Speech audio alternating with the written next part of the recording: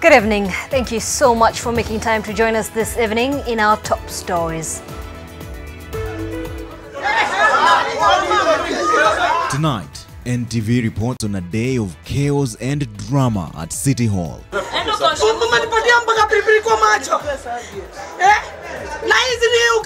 Livid MCAs try to eject embattled speaker, but she won't leave without a fight.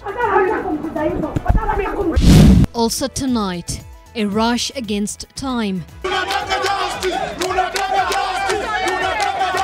Detectives put together missing pieces in a gruesome murder puzzle. The OCS Homa Bay Police Station shall continue holding this suspect till tomorrow, the 11th of September, 9 in the morning. Governor Obado's PA Michael Oyamo to spend another night in custody as police rush to conclude investigations.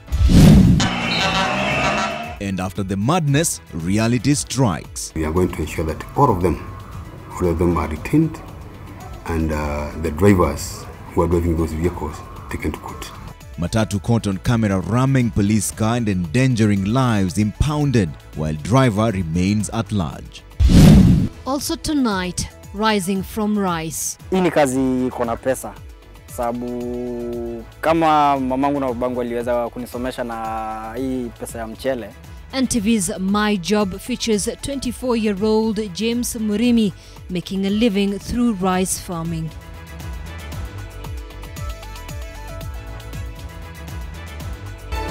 NTV Tonight with Trevor Ombija and Zainab Ismail. Thank you so much for tuning in. Our sign language interpreter tonight is David Agondoa. You can also follow the bulletin live on ntv.co.ke/live. Our Twitter handles at NTV Kenya, at Zainab Ismail and at Trevor Mbija. We'd like to engage you in various issues facing the country today. But let's start off on a sad note here. Michael Oyamo, who's a personal assistant to Migori Governor Okoth Obado, was this morning presented in court over the murder of 26-year-old university student Sharon Otieno and her unborn child. Oyamo did not, however, plead to any charges as the state applied to have him remain in police custody for a further week for the purposes of concluding the investigation. Now, Oyamo opposed this application through his legal counsel and accused the state of unlawfully obtaining samples of his DNA. The court rejected the prosecution's push for 7 more days of detention and gave just 24 hours. Oyamo faces charges tomorrow. NTV's Oli Barrows tells us what the court eventually decided and brings us news of another suspect the police are looking at for the murder. Up in arms. These were the sentiments of a vocal few opposed to the release of Michael Oyamo, personal assistant to Migori Governor Okoth Obado, in a bail case on the murder of 26-year-old varsity student Sharon Otieno and her unborn child last week. They weren't the only ones opposed to his release, with the state making the case that they needed more time to exhaustively interrogate DNA evidence and phone data before preferring charges. As can be expected, Oyamo, through his advocates, opposed this application and accused the state of unlawfully obtaining DNA samples from him. We must never lose sight that the liberty of a citizen is at stake. Arguments spent, the court directed that he remain in police custody for another night, pending an appearance before the duty judge on Tuesday. The OCS Homa Bay Police Station shall continue holding this suspect till tomorrow, the 11th of September, 9 in the morning. That at 9 in the morning, the suspect shall be presented before the judge seated at Homa Bay Court for purposes of taking plea or for any other applications. In Kisii, another suspect was presented before court in connection with the murder. Former Kanyidoto Ward Representative Lawrence Obonyo Mula, who was identified by abducted Nation journalist Barack Odwor as the man who introduced him to the late Sharon. This particular person called Lawrence Mula. Lawrence Mula is a former MCA of Kanyadoto. Kanyadoto is a ward within Homa Bay County. He came and told me that he has a friend who wants my help as a journalist. This is the first day I interviewed Sharon. As in the case of Oyamo, the state sought more time to interrogate Mula and had the prayers granted. When the application has merit and I proceed to allow it, the respondent will be detained at Kisii Police Station for a period of 14 days so that investigations can be completed. But as the investigative machinery exhorts patience, the public mood is anything but. Olive Barrows, NTV. A 9-year-old boy has been killed and 2 other people seriously injured at Esemendo village in NAROK South, where clashes between 2 communities continue. Well, the injured are a class 6 girl and her grandmother. In fresh attacks at NAROK's Mau borderline, a 9-year-old has lost his life and 2 others are nursing serious injuries at Tenwek Hospital. According to neighbors, the 2 children whose mother died 2 years ago were staying with their grandmother at the time of the attack. Wamasai amevamia usiku na akakatakata msichana na koko na akaua kijana moja. It is alleged that the girl and her grandmother were raped before being hacked with an axe. Tukalete Longisa akupata matibabu, tukaelezwa mchukue Tenwek, tukalete Tenwek. Na hiyo mtoto alifanyiwa kwanza raping na nyanya na kakatakatwa mtoto kichwa na uso. Hata nyanya alikatakatwa uso. Naona kama hakuna maji. NAROK County Commissioner George Natembea has said the attack is not related to the ongoing clashes between members of the Maasai and Kipsigis communities. This one is a criminal offense. Polisi wanafuatilia, wanafanya uchunguzi. Uzuri ile chombo ambacho walitumia kumuua ilikuwa ni shoka na wale watu waliwaje ile shoka pale. Kwa hivyo CID wametake charge, wataenda kufanya uchunguzi. Tutajua ni nani alifanya haya mauaji na atashikwa asipelekwe kotini. Leaders have condemned the escalating clashes and urged the government to take immediate action against the perpetrators. We appeal to the 2 communities affected to strive in pursuing for peace and tranquility in their various neighborhoods and allow the law to make its natural course. Shocked to hear from Madam Amina saying that the ministry is ready to roll out the exams. Yet she is very much aware that over 30 schools have been vacated. Children are unlikely to sit for exams.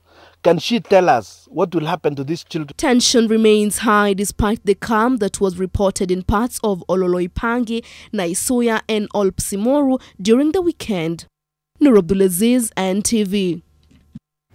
Well, quite an unfortunate situation in NAROK. They're back in the city. I'm sure you remember yesterday's exclusive story on unruly matatu behavior along the Moi Avenue by some drivers of both public and private vehicles. Now, NTSA says the drivers and the circles they belong to may lose their licenses if they do not provide satisfactory explanation on what transpired. So far, 1 vehicle has been impounded, with the police launching investigations that they hope will ensure the errant drivers are brought to book.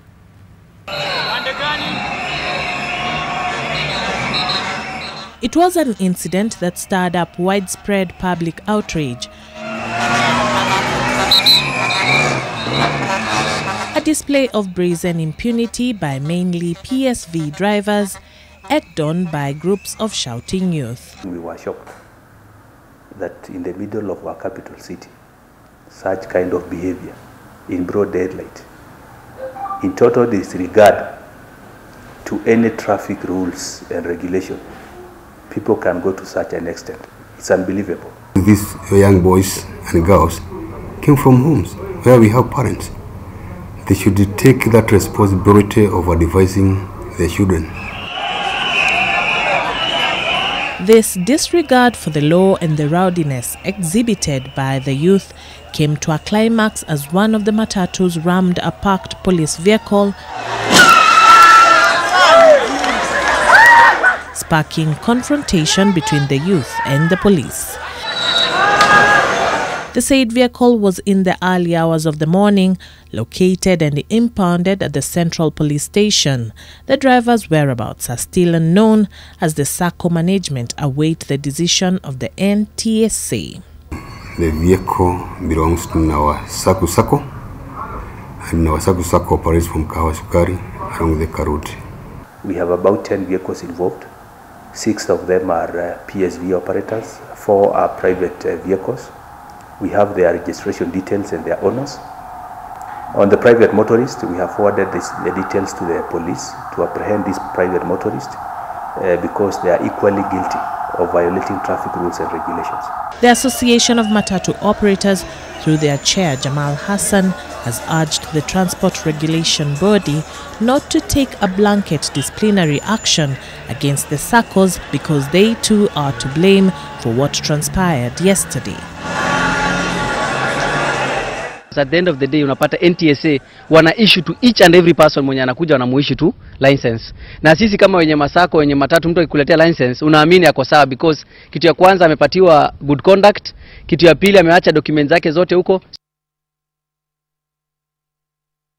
So tunaamini NTSA shamvet, akikuja kwetu sisi kuja kufanya kazi na yeye. For every SACCO to have a driver operate under them, they apply for the PSV badge on their behalf. It is them who submit a request to us. So to say that they have no control is not true. They have also the right to remove or to suspend the driver who misbehaves from their fleet. The police, in collaboration with NTSA, have started tracking the vehicles involved. We are going to ensure that all of them are detained and the drivers who are driving those vehicles taken to court. Tomorrow, a meeting is expected to take place between NTSA and the SACCOs involved as the regulatory body tries to understand the whole incident.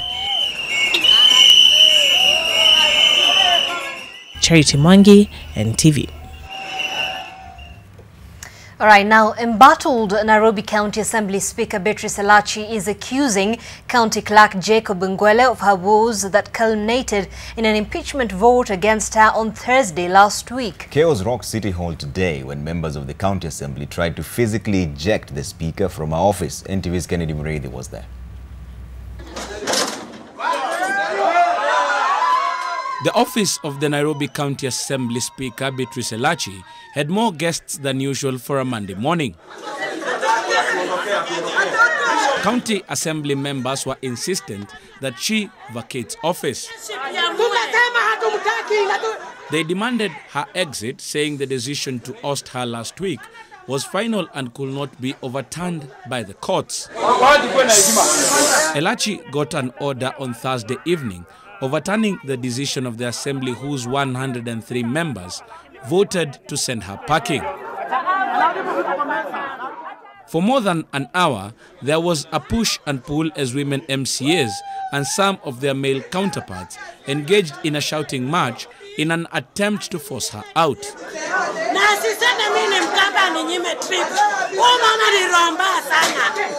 As the shouting match continued and chants of "she must leave" ensued, pepper spray was used in the office in the presence of police officers, forcing members who had come to eject her to back out.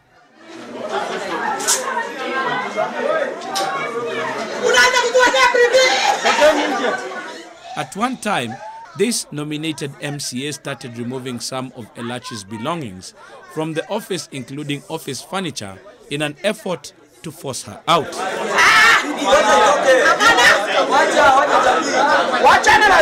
Majority leader in the assembly says the assembly spoke last week and there will be no turning back. Some of the allegations against Speaker ELACHI include fraudulent claims to an insurance company, acquiring a degree using county money, and flying first class on foreign trips against SRC requirements. But even in the Senate, they would pay because of my condition. It is not because you want prestige. No, because even business class is prestige already. So it is a condition. ELACHI says her woes are being sponsored from without the assembly, with embattled clerk Jacob Ngwele as the lead character. It is not just money. It is not just money. I think we have relationships beyond money. Because if I had the money, I would have very good relationship. Further, ELACHI argues her fight against graft at the assembly is at the heart of her woes. Governor Mike Sonko has distanced himself from the claims that he also might have played a role in ELACHI's impeachment. I don't think if it's right to say that I haven't, and in this Nairobi County MCAs are very independent. They also have the powers. They've been elected just the same way of been elected by the people. Samburu West MP Naisula Lesuda and Wajir Women Representative Fatuma Gedi have also come to the defense of ELACHI. Yes, there could be issues, but it is very important that as leaders we also do things in a manner that brings honor also to the offices that we hold. Kennedy Muredhi, NTV. Now that was quite an interesting or outrageous morning at City Hall here in Nairobi indeed, Trevor, right? Unbelievable. Honorable members being very dishonorable, and that's where we want to hear your opinion on how they're behaving there. The question is, what do you make of the MCA's behavior at City Hall today? You can tweet at NTV Kenya at Zainab Ismail with the ZEY and then at NTV Kenya as well. You can also send a toll-free text 20686. Mention your name, where you're texting from. We'll sample some of your views at the end of this broadcast. That question again, Zainab. What do you make of the MCA's behavior at City Hall today? Absolutely. Keep your text coming through and the tweets as well. Zainab at Zainab Ismail, at Trevor Mbija, at NTV Kenya. We'll sample some of your views during and at the end of this broadcast. Staying with that drama over there in the county hall. Go ahead. Indeed. The battle for the soul of Nairobi appears to be turning chemical. County Assembly Speaker Beatrice Elachi appears to have been prepared for a face-off with the MCAs who tried to eject her. She deployed a dose of pepper spray, which appeared to have acted as quite the deterrent. Here's now a clip of that Elachi chili.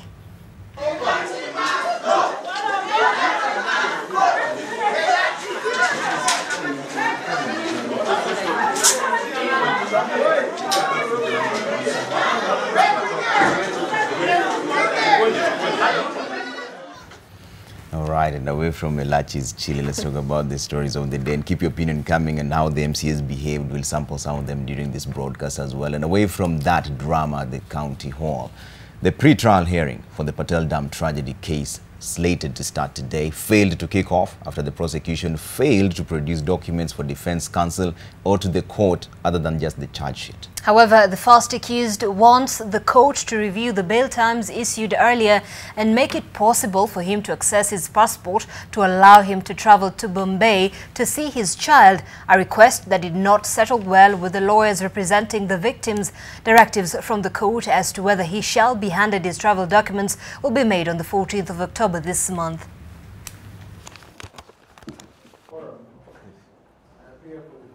It's like you are telling the court that you actually have no option but to grant my prayers. And we found that to be rather very displeasing, and it undermines the dignity and the authority of the court. And Deputy President William Ruto has called on critics of his regular tours across the country to direct that energy to other matters affecting the country. Speaking at Gatundia area in Laikipia West, Laikipia County, where he was launching the 53 kilometers electric fence around the Marmanet Rumuruti forest, the Deputy President said the conversation around his tours in the country is uncalled for. Well, he also announced that the government intends to spend 200 million shillings on the construction of the fence that will help reduce the human-wildlife conflict in the area. Wale wanahangaika na kusema sijui Ruto ameenda hapa, sijui Ruto ameenda pale, sijui ameenda wapi, watafute kazi nyingine ya kufanya. Kwa sababu Laikipia mimi nitakuja mara mingi, watachoka kuhesabu.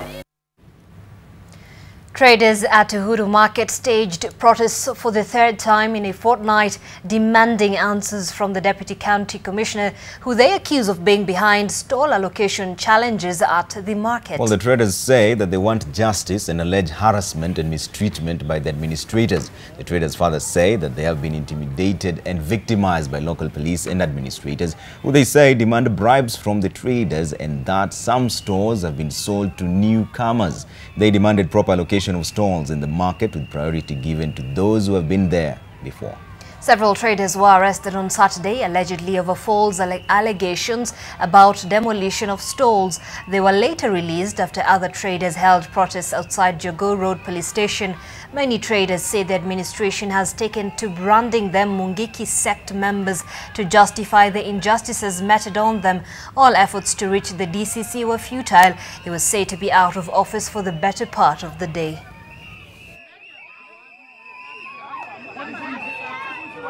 Soko yetu ilichomeka na wakati ilichomeka kumekuwa na shida kwa maana vibanda zilipojengwa wale watu ambao walikuwa wafaa wapate vibanda hawakupata, maana tulipata watu wengine wageni walikuwa wameingia kwa hiyo vibanda.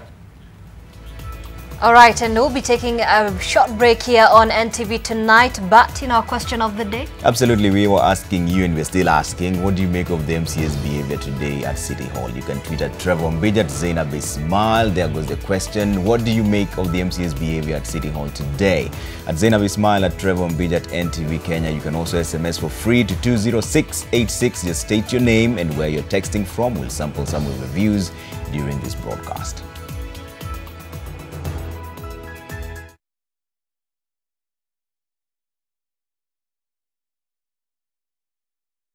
Bet. Huge jackpots, big winnings. Achieve your best today with 200% bonus on the first deposit. All bets on sports. What is bet? Huge winnings. What is bet? High odds. What is bet? Fast pay. What is bet? What is bet? Bookmaker Company.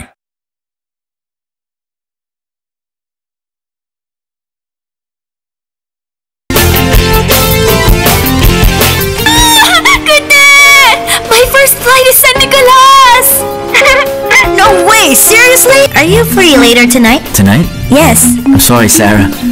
I'm not free to go out tonight. Welcome and mabuhay. The captain has switched on the fasten seatbelt sign. Please comply. I want to see Maya on her first official flight. The trouble is, she has no idea that I'm here in San Nicolas. Oh, he looks familiar. What? You miss a certain person? No, I don't. Sir Chief, are you angry with me? You know what? You upset me. Well, you made me feel the same way too, don't you know that? What?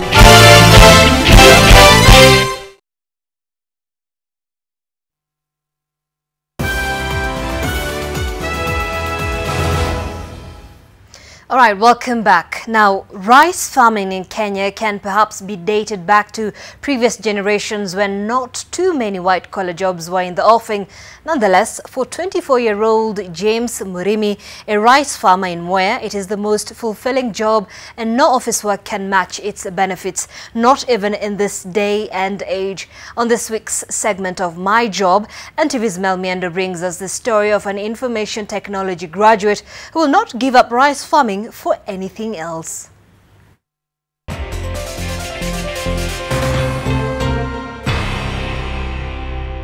For some time, yeah. 24-year-old James Murimi is out in the rice farms doing what he loves, what he knows best, and he has seen being done from when he was a child. Murimi was brought up in Mwea, where his parents have been rice farmers for years. Growing up as the second child with two siblings, Murimi knows too well just how the income from rice farming has been of benefit to their family. Hii ni kazi iko na pesa, sababu kama mamangu na babangu waliweza kunisomesha na hii pesa ya mchele ama through farming. So, si lazima, yani mimi nazaambia vijana si lazima tuende kwa kazi ya ofisi ndio upate nini, ndio upate pesa poa.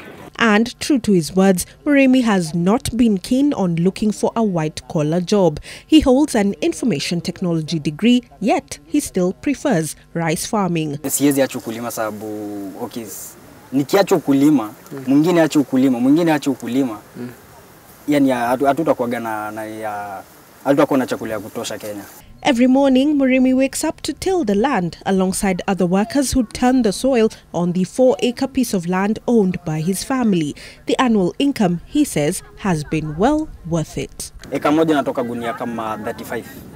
Na gunia moja inaenda for 7 to 10,000. Yeah.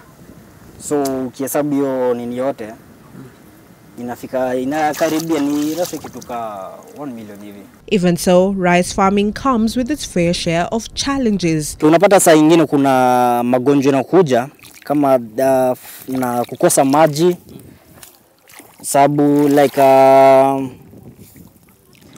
for the past 2 years tumekuwa na hii shida ya maji. Unapata maji ni kidogo alafu tena ikuja ni kuharvest mazao inakuwa ni kidogo sana. A harvest that takes 3 months to mature, after which several other stages must be followed, as Murimi explains. Tukisha harvest ni unayanikia jua kidogo inakauka, baadaye unapeleka kwa soko. Inasiagwa, alafu ndo mnapakiwa, inako kwa supermarket, zingine zinapelekewa watu kwa nyumbani kwao. Murimi, however, reveals the influx of imported rice in the market has become a deterrent to the growth of rice farming in Kenya. Unapata mchele tu tunauza ikuwa cheap na inakuwa hina soko sababu watu wanaprefer kukula mchele cheap. So mimi naweza uliza our government itushughulikie kwa hii maneno sababu tunataka mchele tu iko na pesa ni ipate soko huku hapa Kenya. Despite the challenges, Murimi urges other young people not to despise such ventures, saying the fruit is always sweeter after a struggle. Kwa vijana wote wale wako huko nje, naweza himiza wakubali ndo mifuko yao ikuwe safi, wakubali kuchoka, kuchafuka, ndo wapate pesa. Mel Miendo, NTV.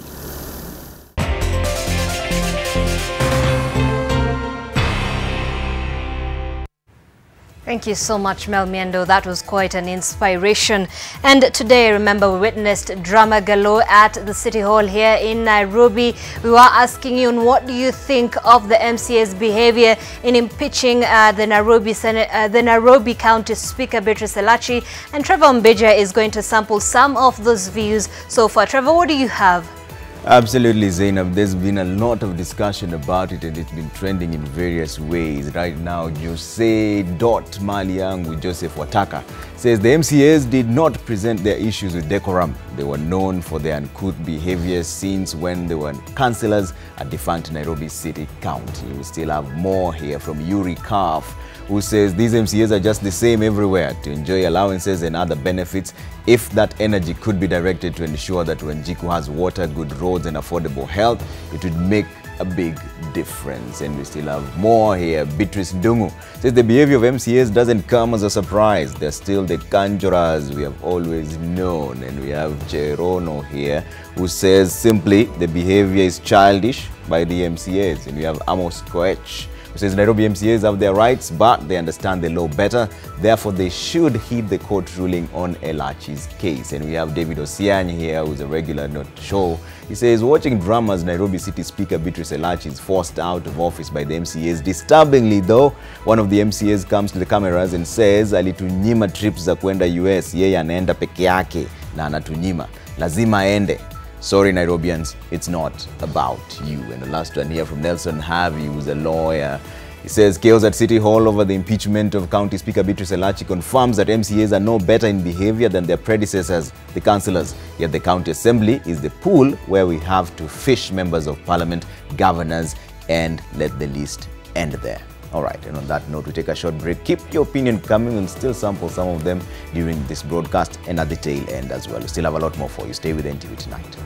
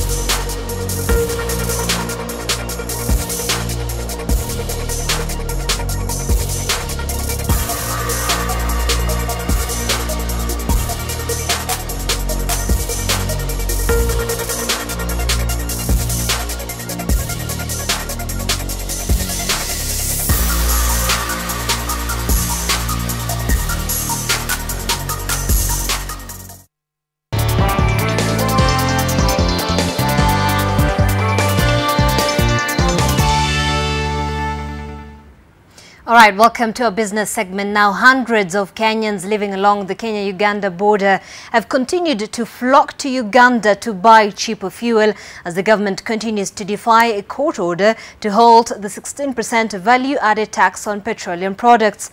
Motorists say fuel in Uganda costs between 19 and 21 shillings less per litre. Zacchaeus Mosame was in Uganda and filed the following report. The scramble for fuel in Busia, Uganda by Kenyan motorists is evident. Eric Oundo is among the Kenyans living along the border who are now buying the fuel in Uganda. As a boda rider, he has become useful to long-distance truckers who can't cross the border themselves. They send him across to buy them fuel. This has become his routine since fuel prices locally shot up a week ago. Wao matrela, nini driver wa matrela, na kama hii ona sasa hii nimekuja kumchotea mtu mmoja anapeleka mpaka Mombasa, na kulingana na hali ya maisha na venye mafuta imepanda ndio unapata maisha ni gumu, na wakati wengine unapata kama sisi kama wa Kenya tunajiuliza kama mafuta yenyewe inatoka Kenya na mbona tukuje tuchukue Uganda hapa. Most drivers say they are forced to buy from Uganda because the high prices locally are making life too expensive. A litre of petrol in Busia, Kenya is retailing at 131 shillings, while a similar measure in Uganda goes at 110 Kenyan shillings, a 21 shilling difference. Ni kusema ukweli kwa mafuta nayo bei ya 130 inatuua. Juu kama ni mapato ya wananchi wa kawaida wa hapa hajaongezewa, mafuta ndio imeongezewa, lakini mwananchi wa hapa kawaida kama ni mshahara yake hapa sisi ni mahasura hajaongezewa. Kuja Uganda ndio tunakunywa mafuta kwenda Kenya. Sasa tunashindwa, sasa mafuta inatoka wapi? Inatoka Uganda ama ni Kenya inatoka? Tuko na sira tu. Hapa mafuta ni bei rahisi kushinda Kenya. Sasa nikinywa hizo lita sinaenda Kenya na nirudisha mpaka hapa tena. Nakuja kubeba msimu mwingine na hiyo mafuta tu. Sasa Kenya mafuta ni bei kali, mafuta nakunywa 15,000 ndio nifika hapa na nirudi. Sasa na save 5,000. Badala ya kutupiga hii bei ya mafuta ikiwa juu, at least angalie kama saa hizo kupenda kwetu kukuja kukunywa pande ya Uganda, tunafaa kukunywa kwetu Kenya. Lakini unaona hata ukikunywa huko pesa ni kidogo, pesa unakunywa mingi na kwenye unaenda ni mbali, sasa unashinda utafanya namna gani? Businessmen owning petrol stations along the Kenya-Uganda border on the Kenyan side have complained of deteriorating business as they lose customers to Uganda. The consumers say that until when the Kenyan government will readjust the fuel prices to where they were initially, they will continue crossing over to Uganda to get the precious commodity at affordable prices, which they say that its increase has actually led to the increase in cost of living that is almost unbearable. Zacchaeus Mosame, NTV, Uganda. Now, the future of real investment in, or rather, let's just take a look at the other story that we have here is the shilling has already been raised towards the success of Economy Conference, which will be held in Nairobi in November. The Ministry of Foreign Affairs Principal Secretary Ambassador Macharia Kamau says that the conference will have 3 pillars. One is on governance, which will have governors and mayors from all over the world. Another one on university and research, and the third being the business and private sector pillar. The PS said this following a meeting he had with the Council of Governors and Development Partners geared at making the global meeting a success.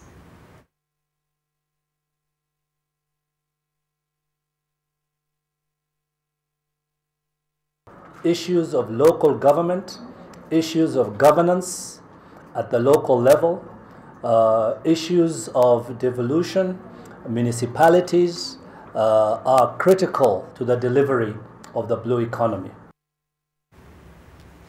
The Agricultural Development Corporation has begun collecting semen from bulls at its Kitale Collection Center after construction was completed at a cost of 1 billion shillings. The center already has 20 bulls and hopes to harvest an initial 500,000 doses of semen per year before gradually growing it to 3 million doses. The Kitale Center is part of a government project to improve livestock breeds and the quality of dairy cows in the country, and the ADC says that its future plans include importing bulls and introducing sexed semen extraction to enable farmers to predetermine the sex of the calf to be born.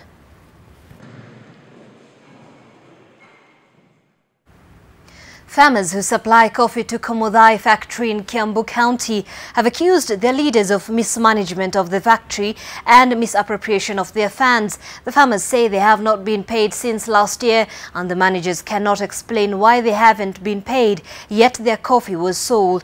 They say they are owed a cumulative of 4 million shillings in unpaid dues and want the police to investigate the managers for theft and corruption.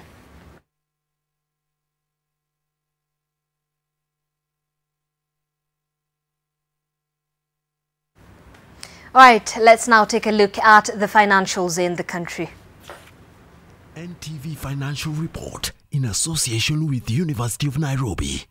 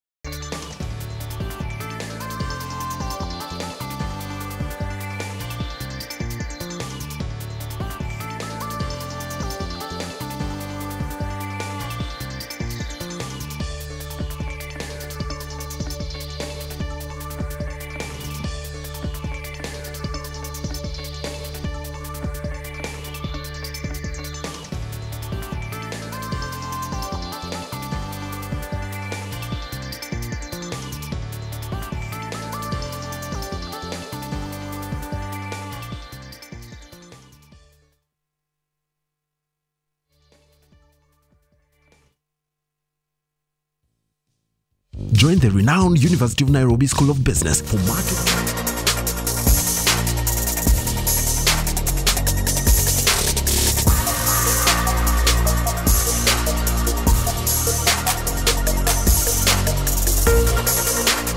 Our business segment this evening, but we still have so much more lined up for you. Stay tuned.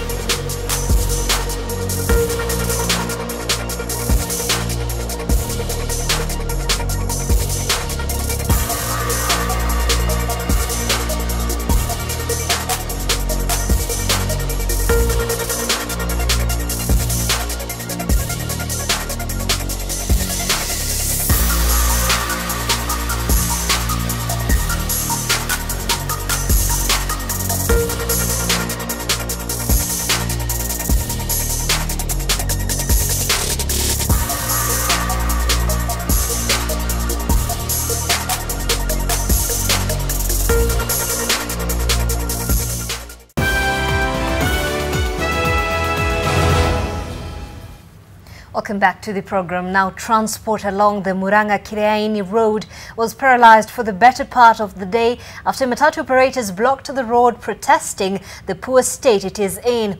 Operators claim the road carpeting job was given to an inept contractor. Well, passengers who were heading to Murang'a were forced to walk for kilometers after the operators used their vehicles to block the road. One of the Matatu owners complained that during a recent visit by Deputy President William Ruto, they were promised that the road will be redone again at 700 million shillings had been set aside for that work, which is not complete yet. The drivers claim the contractor is currently patching multiple potholes which will just recur after time. Residents claim the treacherous 33-kilometer road costs them time and damages their vehicles. The OCPD assured the Matatu operators that their grievances will be addressed, urging them to go back to their businesses. Normal transport along the route, which also connects Murang'a and neighboring Nyeri County, resumed after a 5-hour standoff.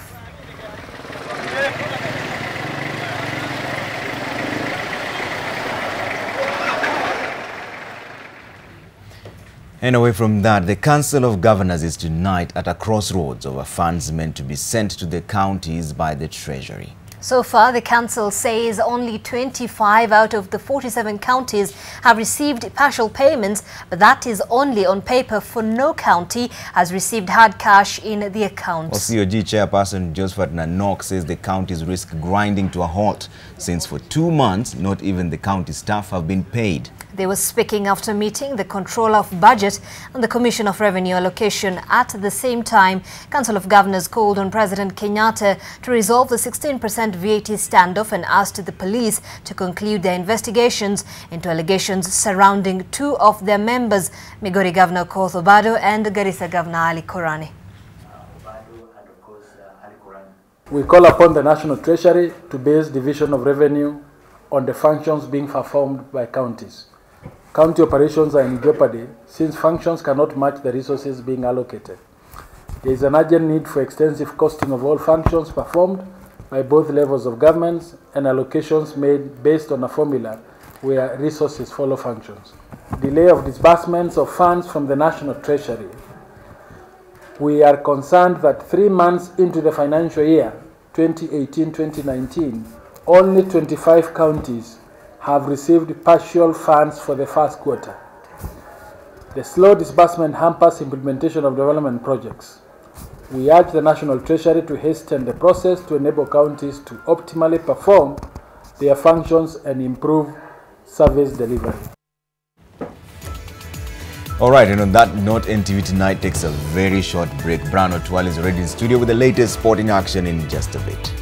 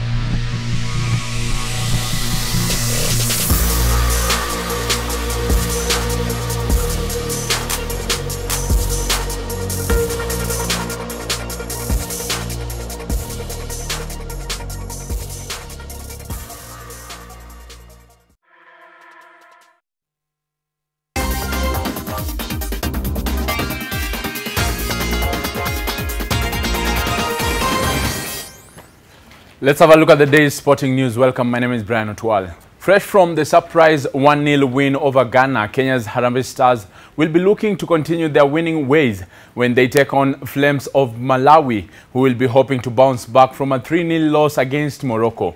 The teams will clash in a friendly at the Kasarani Stadium at 3 p.m. on Tuesday as they keep up preps for upcoming AFCON matches. Kenyan football fans have a reason to hope as Harambee Stars' Saturday's win over Ghana revived hopes of qualifying for the 2019 Africa Cup of Nations. Kenya rose to second place in Group F, with the Black Stars topping the group on better goal difference. Ethiopia beat Sierra Leone 1-0 to also collect their first win, leaving the group open after 2 rounds of matches as all teams have 3 points. To keep up the momentum, Sebastian Minye's Chargers will prepare for their next round of AFCON qualification matches with a friendly against Malawi, who fell 3-0 to Morocco in a Group B qualifier over the weekend. Ranked 123rd globally, 11 places below Kenya, the Flames arrived in the country early Monday morning and had a feel of the Kasarani pitch ahead of Tuesday's clash. Kenya, they have beaten Ghana, so I know it won't be an easy game. But we're here also to get the results, and also some of the players in Kenya, we're playing together in South Africa, so I know it's going to be a tough game. So we're looking forward for tomorrow's game. The two sides have met 47 times in history, with Stars winning 13 times against Malawi's 20. However, in their last 5 encounters, Stars have drawn thrice against the Flames and only won once. We come now to Kenya with the good intentions to have a good result in an away game. We know Kenya will play with a lot of confidence, not only on the pitch but also the fans will be very excited after that victory against Ghana. So for us it's a very, very nice opportunity to prepare our games against Cameroon. Kenya's quest for an AFCON qualification in 14 years continues with back-to-back home and away ties against Ethiopia in early October.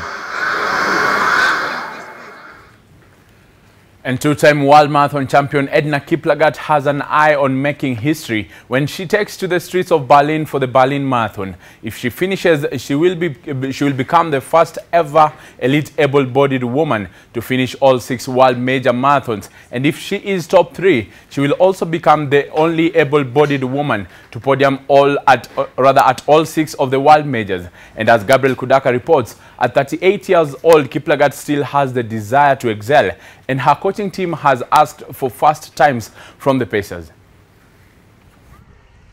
Former world champion Edna Kiplagat putting final touches on her training at Annex Grounds ahead of Sunday's Berlin Marathon. Under the watchful eye of her coach and husband Gilbert Koech, she is excited at the opportunity to write history and also rule the streets of Berlin. Maana Berlin ni faster course na ndajaribu nione kama nimepunguza ile muda wangu wa London wa 2:19. Kiplagat, who has to fend off the challenge of Ethiopia's Tirunesh Dibaba and defending champion Gladys Cherono, is happy with her preparations. Yamekuwa yakiendelea mzuri na nashukuru Mungu maana sijakuwa na maumivu yoyote. Kwa hivyo natarajia kwenda kukimbia mzuri. Kiplagat and Dibaba are looking to push themselves to the limit, and they have asked for fast times from the paces. We are hoping if the weather of that day will be good, we accept the best. 38-year-old Kiplagat, who dropped out of the Boston Marathon in April this year, acknowledges that while she's no longer young, her drive to win is still strong. Tirunesh na Gladys ni wakimbiaji wa hali ya juu, lakini kwa ile marathon yenye tumekimbia nawa nimeweza kuwashinda. The Iten-based athlete started her career 22 years ago, winning silver in 3,000 meters during the World Junior Championships in Sydney, Australia in 1996. Her career took shape when she won Los Angeles Marathon in 2010 before winning in New York Marathon the same year. Kiplagat then won the 2011 and 2013 Marathon World Championship titles. Gabriel Kudaka, NTV Sport. And all women's world marathon record holder Mary Keitany and former Boston Marathon champion Geoffrey Mutai are some of the elite athletes expected to grace the 5th edition of the annual Chemususu Dam Half Marathon on Saturday. The event today received a $5 million sponsorship from various corporates. Over 1,500 athletes are expected to take part, with the winner walking away with 250,000 shillings. Vincent Rono and Priscilla Kipruto from Elgeyo Marakwet won last year's event. The races that will also feature the 10 kilometers and 5 kilometers, as well as veterans races, will start at Eldama Ravine town and end at Metsipo Primary School, adjacent to the famous Chemususu Dam. The event seeks to promote community conservation of the environment in the water catchment area. We've also contacted ADAC for purposes of doping, and so we have abided by that rule, and we have also met the expectation of Athletics Kenya. The licensing certificates are available. We hope very soon, with your support, to actually do a full marathon, to do 42 kilometers like Mr. Kitilit from AK has said. With your support, we know in the very near future we shall be doing a full marathon.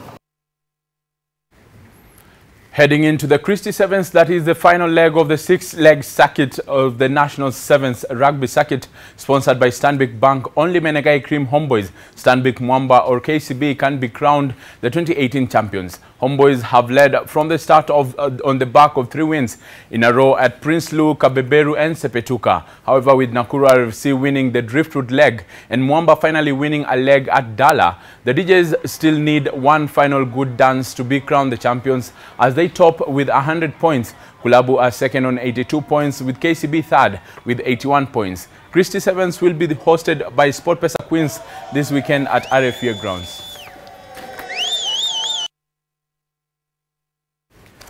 And the fallout from the Serena Williams incident at the US Open final continues, even as the winner Naomi Osaka seeks to finally be able to celebrate her historic win. Despite 20-year-old Osaka being the first Japanese to win a Grand Slam title and at her first appearance at a slam.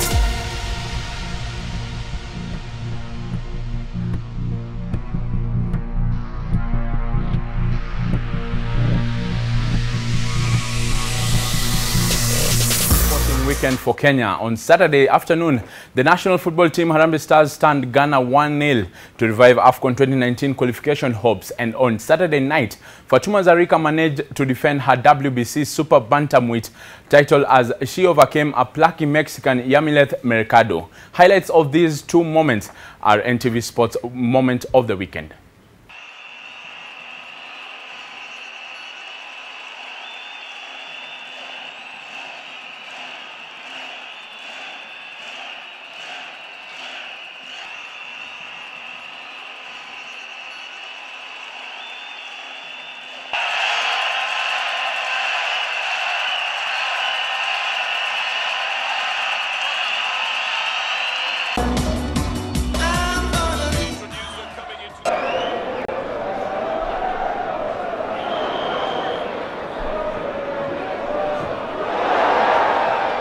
WBC Super Bantamweight Champion of the World, Fatuma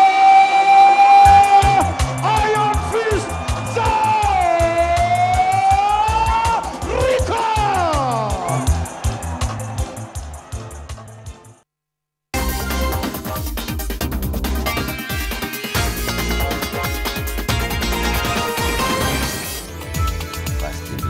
Well, that's the sports, and we had a very good weekend, winning from football as well as boxing. And Serena, not quite a good weekend for her. Really? Zarika Iron Fist T-Beam #1, but also the other thing is Serena Williams was a bit of an interesting conversation. I felt so bad for Naomi saying that she knows everyone was rooting for Serena, but that is not how a world champion should feel, man. She still won it though, her first. It was her first win. Grand Slam. But she didn't deserve whatever came along the way. True. With the entire controversy surrounding Serena Williams. But I think, oh well, see what happens next time. Indeed, we play again tomorrow. Have a lovely night. My name is Brian Atwal.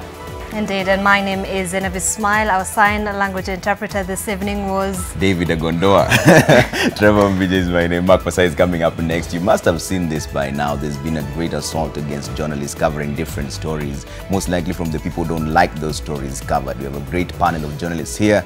Let's hear their views with Mark Masai on Press Pass coming up next. Stay with NTV. Bye for now.